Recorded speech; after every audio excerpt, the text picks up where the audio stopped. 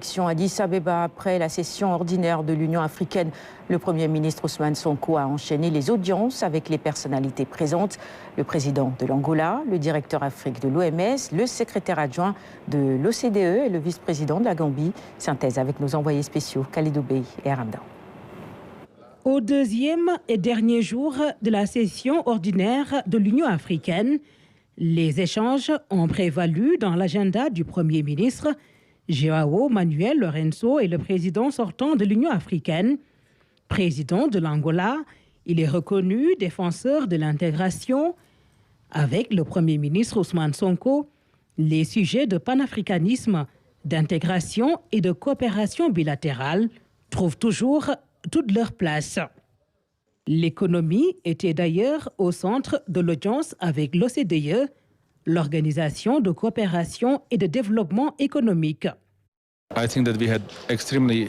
a eu une excellente audience avec Monsieur le Premier ministre, et notamment des actions concrètes tout de suite pour accompagner le Sénégal dans ses efforts actuels, notamment la question de stabilité budgétaire et notamment les efforts actuels que le gouvernement est en train de faire pour la gestion de la dette et puis aussi augmenter les moyens pour pouvoir faire plus d'investissements dans les pays.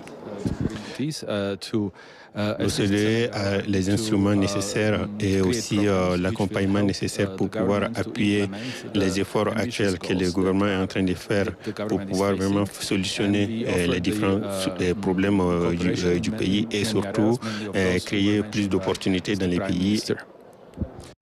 Ils ont été nombreux à manifester leur soutien aux politiques publiques du Sénégal. Jeffrey Sachs est le président du réseau de solutions pour le développement durable des Nations Unies. Son réseau mobilise l'expertise scientifique et technique nécessaire pour l'atteinte des objectifs de développement durable.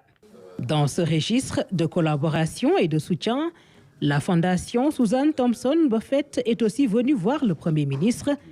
La santé reproductive est l'un des principaux domaines d'action de la Fondation, dont la délégation a été conduite par le vice-président professeur Tsene Fiseha. La Fondation est un partenaire stratégique du ministère de la Santé du Sénégal.